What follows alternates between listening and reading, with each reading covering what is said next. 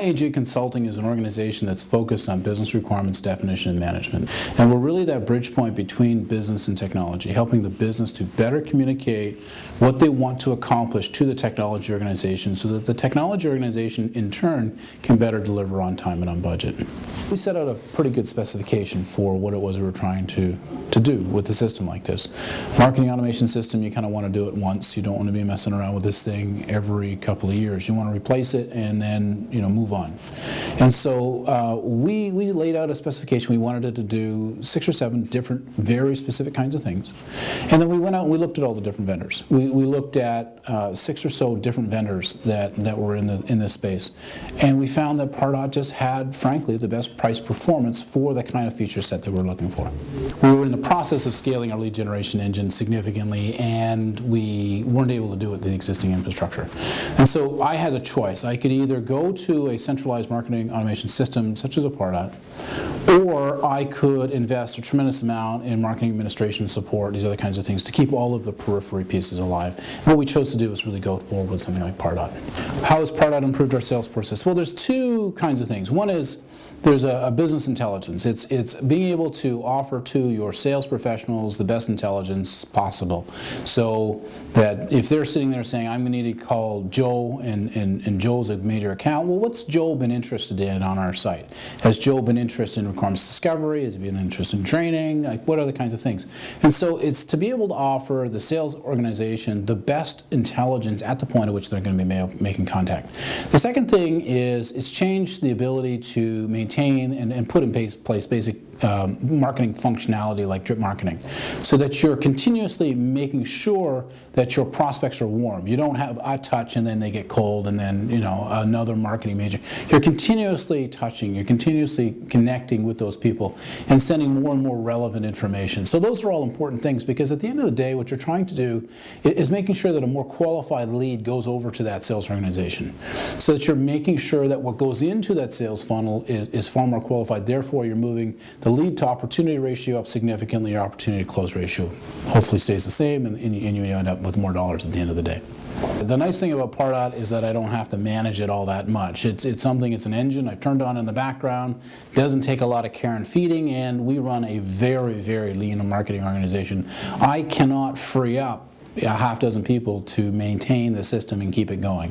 In fact, I don't allocate anybody to maintaining the system and keeping it going. It just functions on its own. Leads come in, people contact us, people connect with our systems, the drip marketing happens.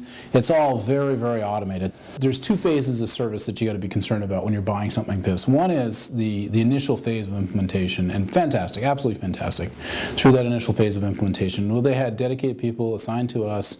We had a very clear specification of what it was we were trying to accomplish, and we were pushing it out into 3 phases of implementation, and they helped us all along that path. Now, we ran into some issues, right? As any kind of implementation of any complexity, you're going to run into issues, and we found them pretty good to deal with them. That I think where they've really shined for us is in that kind of ongoing support, where you've got tactical things. Candidly, every once in a while you forget how to do stuff. You've got tactical things that you've got to deal with. You've got something buggers up somewhere, and you just need to deal with it.